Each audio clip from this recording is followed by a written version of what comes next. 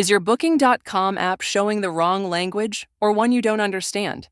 In this quick tutorial, I'll show you exactly how to change the language in the Booking.com mobile app so you can browse hotels, read reviews, and manage bookings in the language you're most comfortable with. But before we start with this tutorial, if you're new to the channel, make sure to subscribe to the App Tutor YouTube channel for more helpful tutorials like this one. So, without wasting your time, let's start with the video. Open the Booking.com app on your phone and then go over to this My Account section located at the bottom right corner of the screen. Once on this page, scroll a bit down until you see the Device Preferences option.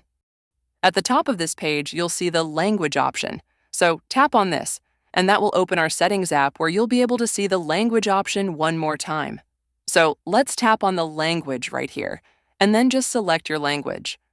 I'll select the German language for the purpose of the video, and when I go back to my Booking.com application, you will see that the language has changed automatically and everything is in German now. Thanks a lot for watching this video, and I will see you soon.